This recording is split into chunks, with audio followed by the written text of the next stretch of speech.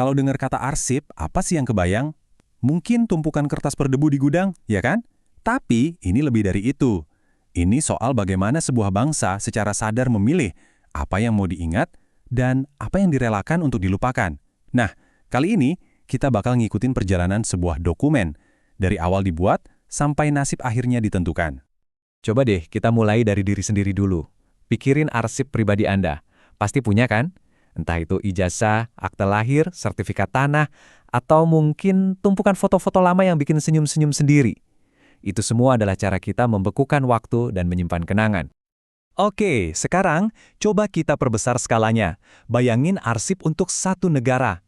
Dari jutaan bahkan miliaran dokumen yang dibuat setiap hari, mulai dari surat dinas biasa sampai keputusan presiden, gimana caranya kita memutuskan mana yang layak disimpan selamanya? Mana yang bakal jadi memori kolektif bangsa kita? Nah, ini nih pertanyaan besarnya. Yuk, kita bedah bareng-bareng. Soalnya gini, tanpa sistem yang benar, arsip itu bukan lagi aset, tapi malah jadi beban. Bisa jadi mimpi buruk. Informasi penting bisa hilang gitu aja, ruang kerja jadi sempit dan sumpek, dan yang paling parah, potongan sejarah bangsa kita bisa lenyap tanpa jejak. Nah, ini dia nih akibatnya kalau arsip berantakan. Mau nyari satu info aja bisa seharian, bahkan nggak ketemu. Dokumen penting bisa rusak karena lembab atau dimakan rayap. Dan akhirnya, jejak-jejak keputusan penting di masa lalu hilang begitu saja. Inilah kekacauan yang coba diselesaikan oleh sebuah sistem kearsipan yang baik. Percaya nggak? Ternyata setiap dokumen itu punya siklus hidupnya sendiri loh. Istilah kerennya itu daur hidup arsip. Perjalanannya dimulai dari saat ia diciptakan dan masih sering banget dipakai buat kerjaan sehari-hari. Kita lihat yuk fase awalnya.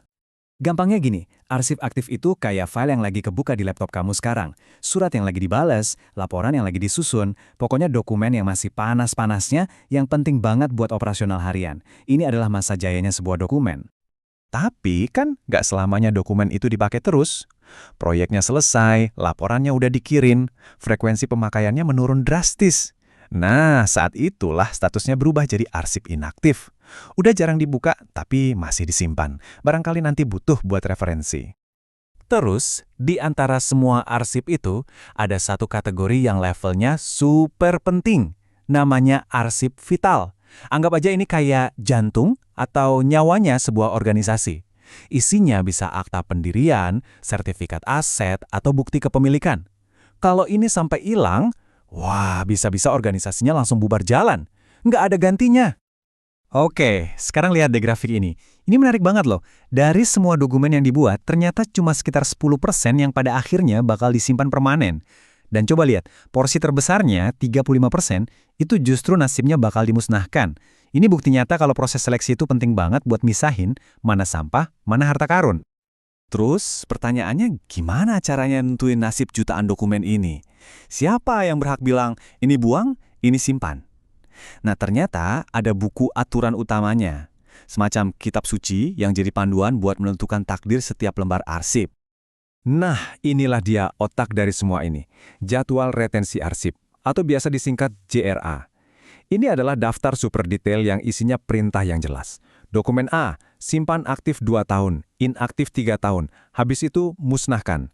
Dokumen B, simpan aktif 5 tahun, inaktif 10 tahun, habis itu simpan permanen. Nggak ada tebak-tebakan. Biar lebih kebayang, kita lihat contoh JRA yang disederhanakan ini. Lihat ya, untuk arsip soal bimbingan konsultasi, setelah disimpan total 2 tahun, nasib akhirnya jelas, musnah. Tapi lihat baris kedua, laporan tahunan Andri.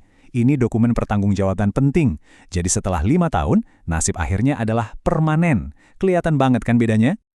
Oke, jadi setelah masa simpannya habis sesuai JRA, sebuah arsip itu sampai di ujung perjalanannya. Disinilah babak finalnya ditentukan.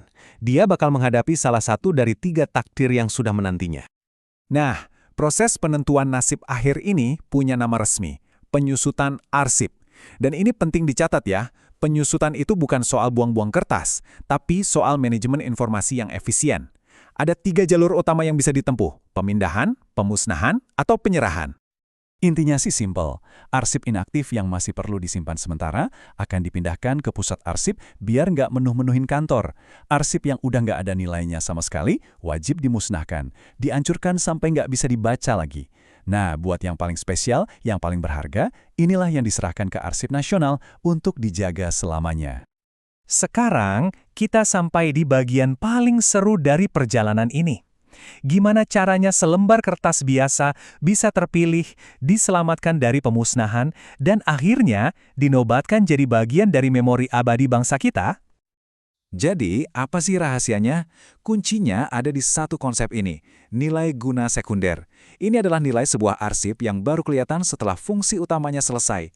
Ini bukan lagi soal kerjaan kantor, tapi soal nilainya untuk sejarah, untuk ilmu pengetahuan, dan untuk generasi mendatang. Nah, nilai ini itu diukurnya dari dua sisi utama. Pertama, nilai guna kebuktian. Gampangnya, dokumen ini bisa jadi bukti nggak gimana sebuah lembaga negara dulu bekerja dan bikin keputusan. Kedua, nilai guna informasional. Pertanyaannya, di luar urusan lembaga itu, ada info berharga nggak di dokumen ini soal tokoh, tempat, atau peristiwa penting dalam sejarah masyarakat? Eits, tapi ada satu lagi faktor yang unik banget, nilai guna intrinsik. Di sini kita nggak lagi ngomongin isi teksnya, tapi bendanya itu sendiri. Mungkin karena kertasnya dari abad ke-18, atau ada tanda tangan asli Bung Karno, atau cap stempel langka yang cuma ada satu di dunia. Fisiknya itu sendiri udah jadi artefak sejarah. Dan inilah hasilnya, harta karun nasional yang kita omongin dari tadi. Foto-foto bersejarah Presiden Soekarno, arsip detail pembangunan JBK, sampai dokumen soal pasak bumi pertama Monas. Semua ini adalah permata yang berhasil lolos dari seleksi ketat tadi, supaya kita semua hari ini bisa melihatnya. Kutipan ini benar-benar ngangkap inti dari semuanya deh.